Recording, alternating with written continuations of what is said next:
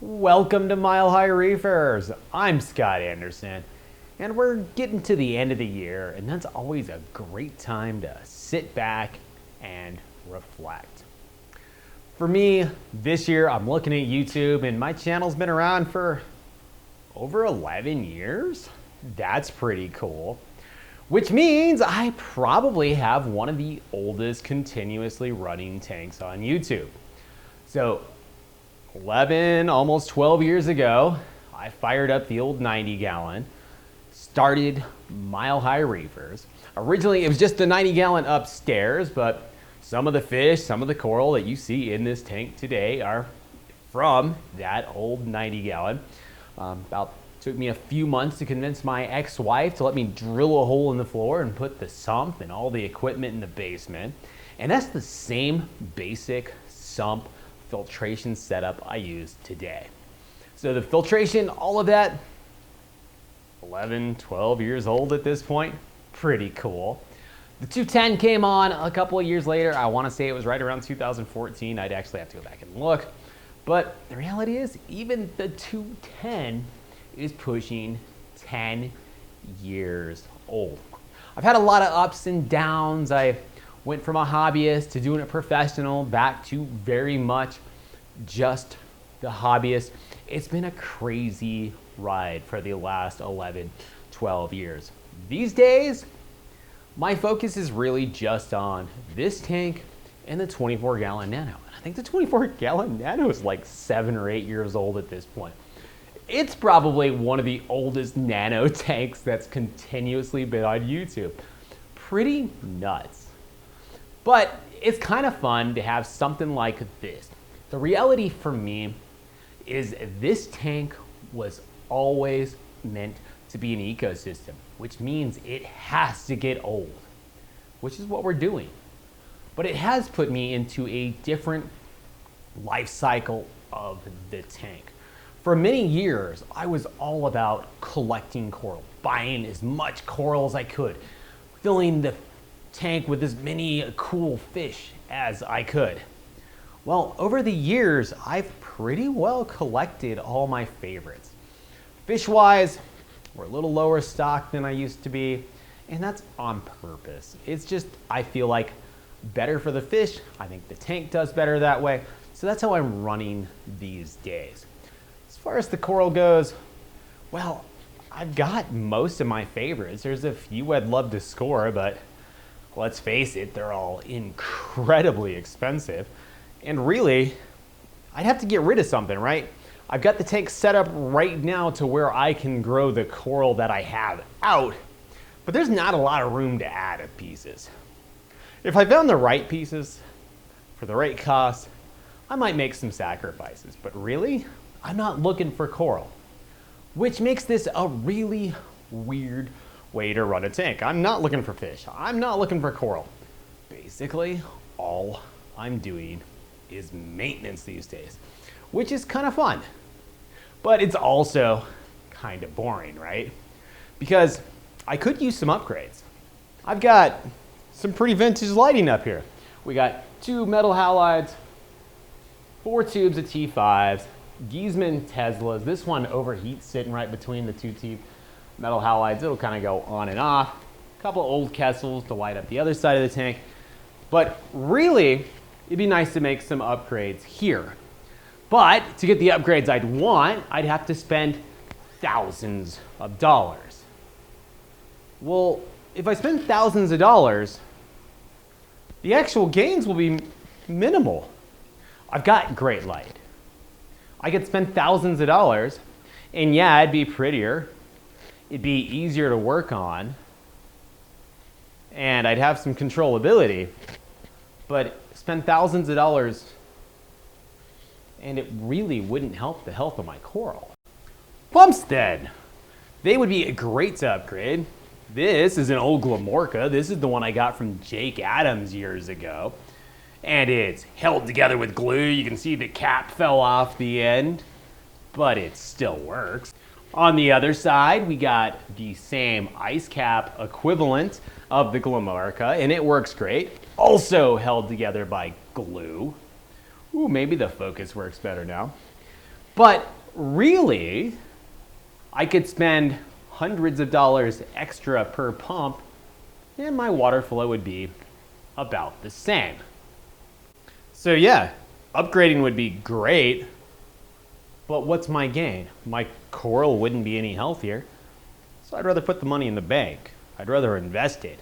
I'd rather earn from the money. If it's not hurting the fish, it's not helping the coral, why throw the money at the tank? Filtration room's nice and dirty, but the heart of the filtration's the skimmer. This is an old AquaSea EV 1000, and this thing's more vintage than the tank itself, but it's never gonna break. It's an old induction style skimmer.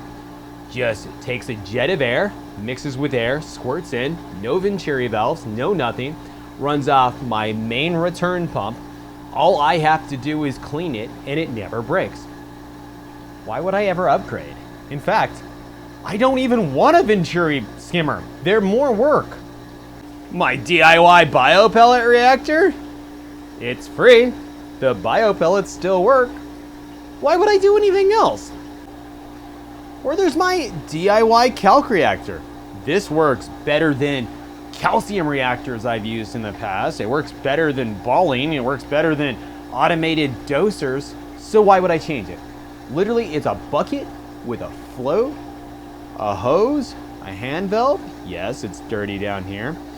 Part of what I need to work on. And a float in my sump.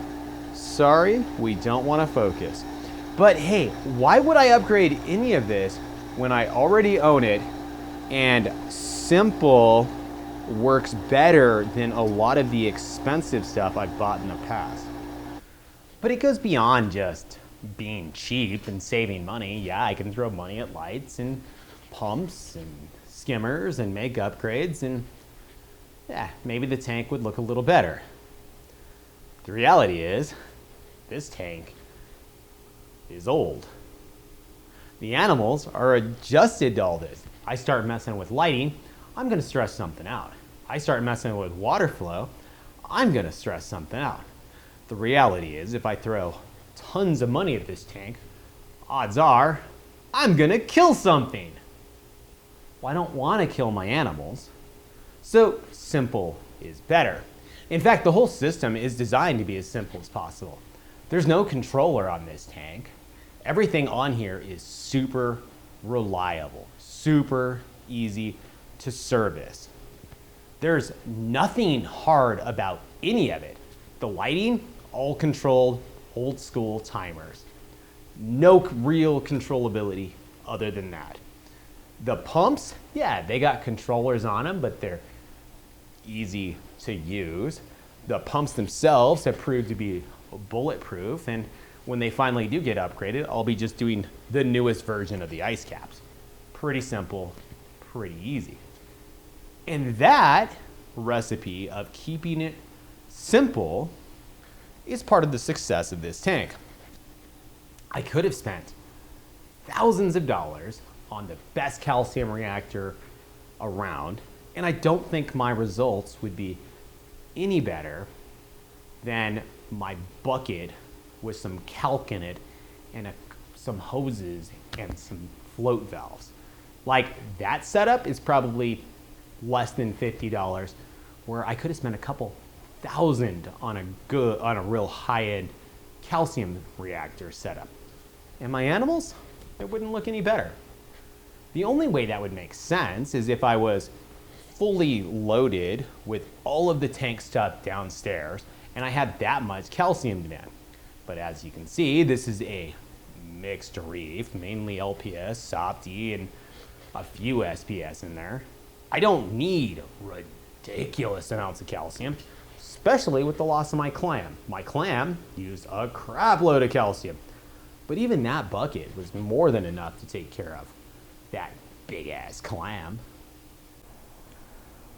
So now I'm working on the ecosystem side of the tank. You'll notice there's still quite a bit of algae in this tank and quite a bit of aptasia. I think for the aptasia, I'm gonna have to bite the bullet and get a big herd of peppermint shrimp.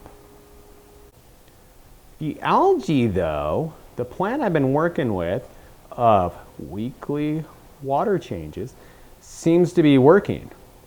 I'm getting less and less algae out of the tank every week.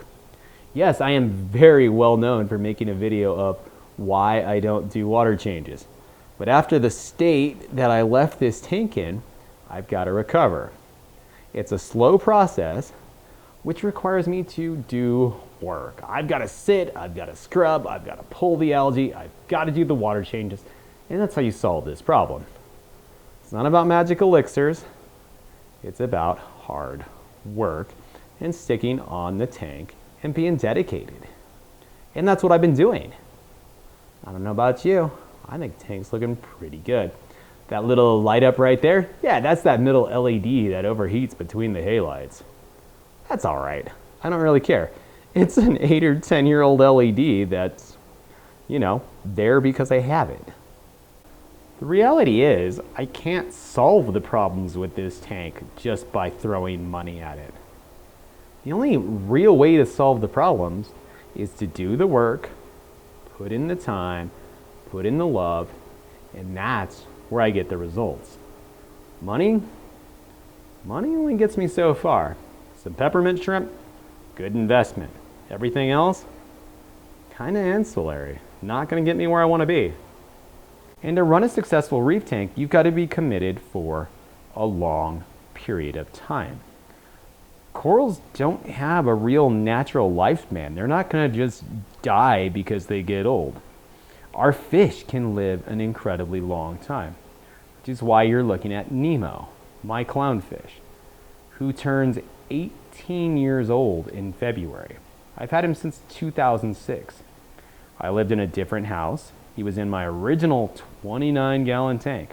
In fact, she, is my first fish ever. My kid wasn't born. I don't think I'd even met my ex-wife yet.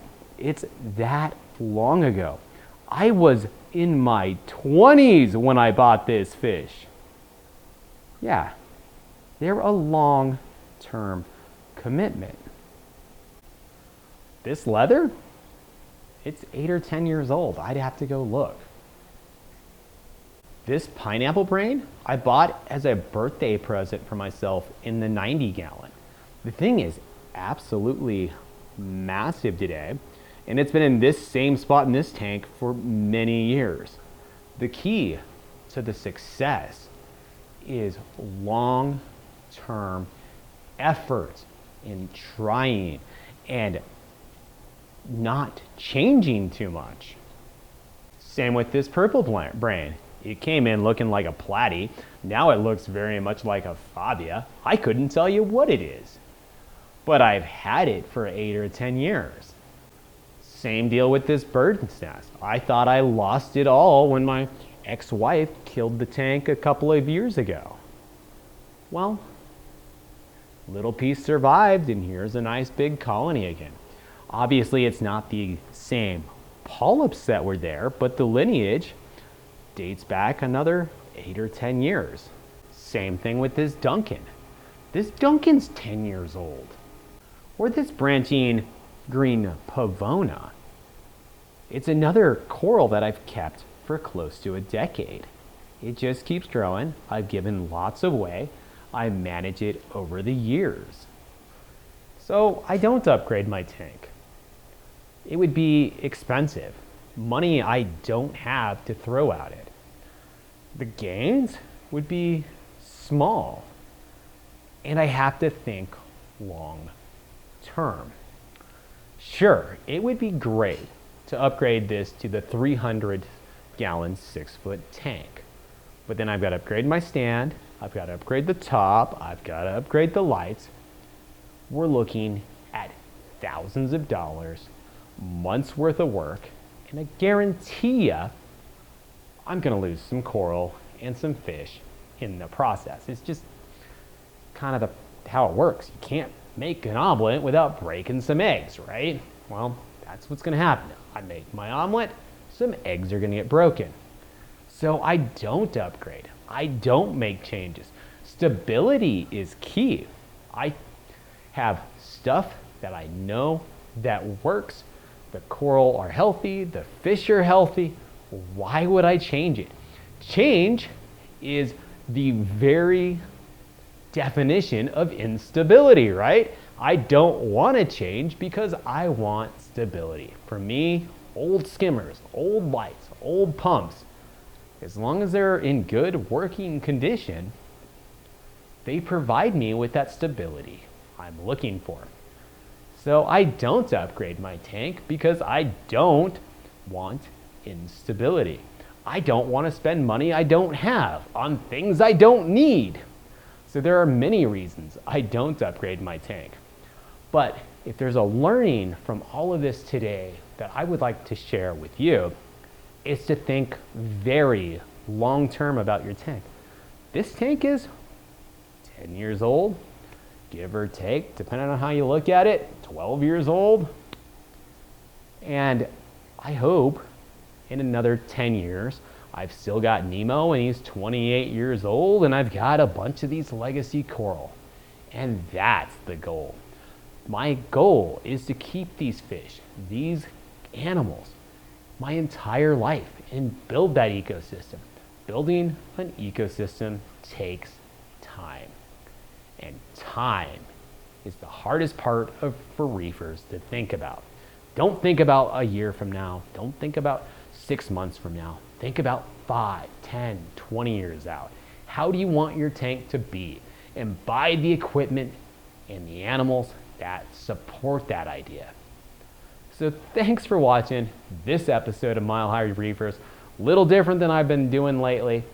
Let me know if you like it. Today's Christmas Eve, so Merry Christmas to everybody out there and have a Happy New Year. We'll see you on the next episode of Mile High Reefers.